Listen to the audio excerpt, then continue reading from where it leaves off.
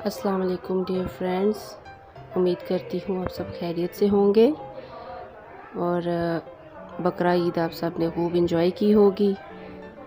और इसके अलावा आप सब ने सीख कबाब, टिक्के, गोश्त की काफ़ी सारी रेसिपीज़ इंजॉय की होंगी।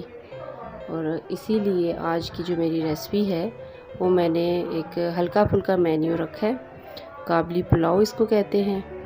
और वैसे भी ना सब लोग गोश्त और गोश्त से बनी हुई चीज़ें खा खा के थोड़ा सा चेंज चाह रहे होंगे, तो इसके लिए मैं आप सबके लिए लेके आई हूँ काबली पुलाव। और उसके इंग्रेडिएंट्स मैं आपको पहले बता देती हूँ और फिर स्टेप बाय स्टेप इसकी कुकिंग मैं आप लोगों को दिखाऊंगी। उम्मीद करती हूँ कि आप सबको मेरी ये आज की रेसिपी बहुत अच्छी लगेगी और आप सब इसको बना के ज़रूर इंजॉय करेंगे। इंग्रेडिएंट्स जो मैंने लिए हैं, इसके लिए मैंने ले लिए हैं 2 अदद प्याज मैंने काट लिए हैं, 2 अदद टमाटर काट लिए हैं। टमाटर छोटे थे तो मैंने 2 लिए हैं, अगर बड़े साइज़ का टमाटर है तो आप 1 भी ले सकते हैं। और इसके अलावा मैंने ले ली हैं 2 हरी मिर्चें, वो भी मैंने काट ली हैं। और साथ में मैंने लिया है 2 से 2.5 चम्मच लहसुन अदरक का पेस्ट। मसालों में मैंने ले लिया है, मसाले चूँकि मैंने थोड़े कम रखने हैं और क्योंकि इसमें गोश्त का अपना एक अलग से टेस्ट होगा, फिर बाकी जो ड्राई फ्रूट्स हम इसमें डालेंगे वो भी मैं आपको बताती हूँ साथ साथ। इसमें मैंने ले लिया है नमक और मैंने ले लिया है मिक्स गरम मसाला साबुत, 3 से 4 मैंने सब्ज़ इलायची ले ली है और 3-4 मैंने कड़ी पत्ता ले लिए। थोड़ा सा मैंने साथ में मिक्स गरम मसाला पाउडर भी लिया है। और दड़ा मिर्च अगर आप लेना चाहते हैं तो भी ठीक है, अगर आप इसको स्किप करना चाहते हैं तो भी ठीक है। इसके अलावा मैंने 1 किलो चावल को मैंने अच्छी तरह से धो के और तकरीबन 10 से 15 मिनट पहले पानी में भिगो के रख दिया। साथ में मैंने लिया है गोश्त, इसको मैंने तकरीबन 1 घंटा कुकर में वेट लगा के इसकी यखनी निकाल के और इस बाउल में डिस्प्ले के लिए रख लिया। तो वैसे ये 1 बाउल है, लेकिन किलो चावल के हिसाब से ये गोश्त इसमें कम है और बाकी इतनी ही क्वांटिटी जो है वो प्रेशर कुकर में मौजूद है। क्योंकि बाउल में इतना ही ये एडजस्ट हो रहा था तो मैंने आप लोगों को दिखाने के लिए इसमें बस ये इतना सा मैनेज किया है।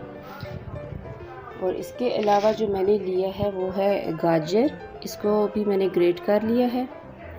और गाजर के अलावा मैंने ली है किशमिश और ये मैंने लिया है बादाम। बादाम की गिरी को बॉईल किया है और उसके बाद मैंने इसको काट लिया है। बहुत बारीक स्लाइसिस मैंने नहीं काटे, अगर आपको बारीक स्लाइसिस पसंद है तो आप इसको मज़ीद बारीक भी कर सकते हैं। तो डियर फ्रेंड्स, ये हैं आज के काबली पुलाव के इंग्रेडिएंट्स। अब मैं स्टेप बाय स्टेप आपको बताती हूँ कि इसको हम कैसे स्टार्ट लेते हैं। ये मैंने एक बड़ा बर्तन ले लिया, इसमें मैं थोड़ा सा ऑयल ऐड करूँगी। हाँ, साथ में मैं आपको ये बताती जाऊँ कि ऑयल हम थोड़ा सा कम रखेंगे, रूटीन की निस्बत ऑयल कम लेंगे, क्योंकि गोश्त की जो अपनी चर्बी है उससे भी काफ़ी जो है वो ऑयल की कमी पूरी हो जाएगी। ये हल्का सा तेल गर्म होने पे मैंने इसमें प्याज शामिल कर दिया है और प्याज को हम थोड़ा सा ब्राउन होने तक फ्राई करेंगे।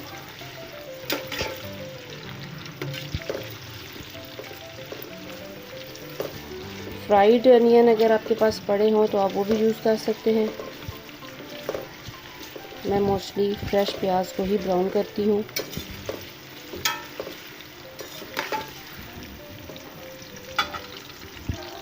प्याज फ्राई हो रहा है, दूसरी तरफ मैं एक पैन में थोड़ा सा ऑयल, 1 चम्मच ऑयल लेके इसमें किशमिश को हल्का सा सोते कर लूँगी।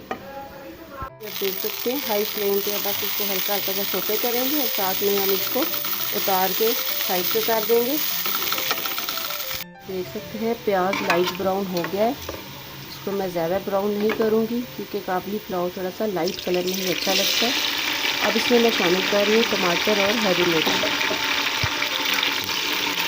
थोड़ा सा इसको फ्राई करके फिर इसमें मैं लहसुन अदरक का पेस्ट डाल दूँगी। जब तक टमाटर और प्याज फ्राई होंगे तब तक मैं गाजरों को चीनी के साथ थोड़ा सा फ्राई करूँगी। ये आप देख सकते हैं 2 टेबलस्पून मैंने चीनी ले ली है, इसको हम गाजर में डाल के इसके साथ इसको फ्राई कर लेंगे और फिर हम ये भी निकाल के साइड पे रख देंगे।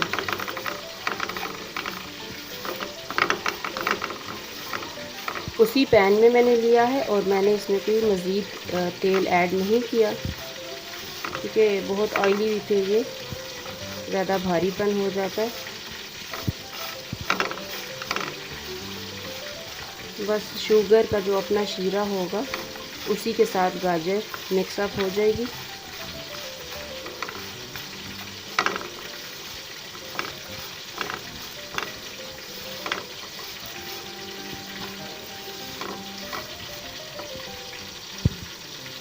गाजर जो है क्वांटिटी में थोड़ी कम लग रही है, तो वो कटिंग के दौरान ही जो है इसकी 50% तो मेरे बच्चे ही खा गए। इसी तरह कच्ची गाजरें उन्हें पसंद बहुत है, तो मैंने मना भी नहीं कर सकी। तो आप इसकी डबल क्वांटिटी रख सकते हैं।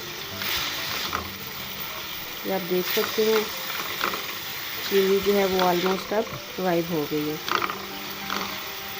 बस आधा मिनट इसको मैं फ्राई करूँगी, तो गाजर का पानी भी जो है वो सूख जाए।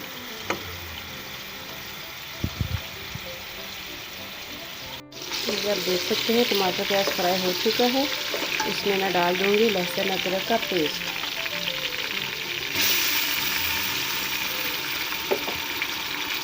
मैं इसमें डाल दूँगी ही तमाम गरम मसाला जार। नमक आप देख सकते हैं इसमें मैंने नमक कम लिया है, वो इसलिए कि जब मैंने गोश्त को बॉईल किया है तो उसमें मैंने 1 चम्मच नमक और 1 चम्मच लहसुन अदरक का पेस्ट भी डाला था कि अच्छी तरह से टेस्ट उसमें रच बस जाए। अब मैं इसमें गोश्त विद यखनी ऐड कर दूँगी। कुकर में जो बाकी शुदा है वो भी मैं इसमें शामिल कर दूँगी। आप देख सकते हैं, और अब मैं इसमें दूसरा बोल जो था यखनी का और गोश्त का वो ऐड करके अच्छी तरह से हिला के 1 मिनट के लिए छोड़ दूँगी। जो ही ये बॉईल होना शुरू होगा तो मैं इसमें चावल ऐड कर दूँगी। आप देख सकते हैं कितना मज़े का कलर आया इसका, जैसा मैं चाह रही थी बिल्कुल वैसा।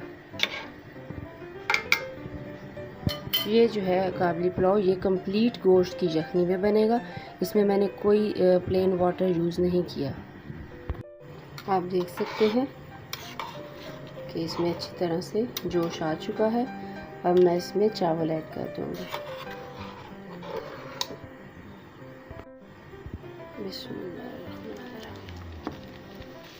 आहिस्ता आहिस्ता, ताकि कोई गरम स्प्लैश आपके ऊपर ना आए। इसको मैं हाथ से क्लीन कर लूँगी। इसको हम अच्छी तरह से मिक्स कर देंगे कि चावल और तमाम बोटियाँ यकजा हो जाए। ज़्यादा चम्मच नहीं हिलाएंगे।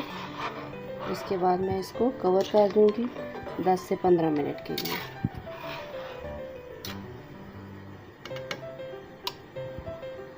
देख सकते हैं इसको मैंने एयर टाइट ढक्कन के साथ कवर कर दिया है। साथ साथ हम इसको चेक करते रहेंगे, और चूल्हा आप मीडियम फ्लेम पे रख सकते हैं जी, जब तक पुलाव को दम लगता है।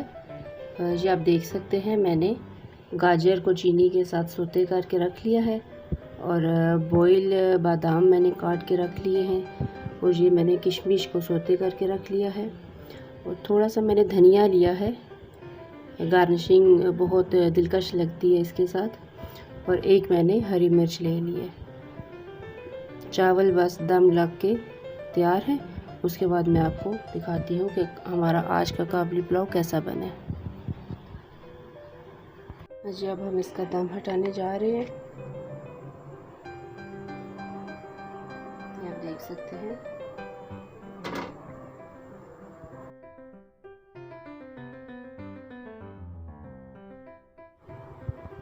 जी, ये हमारा मज़ेदार काबली पुलाव तैयार है। नहायत लजीज, जायकेदार, सिंपल है लेकिन बहुत टेस्टी।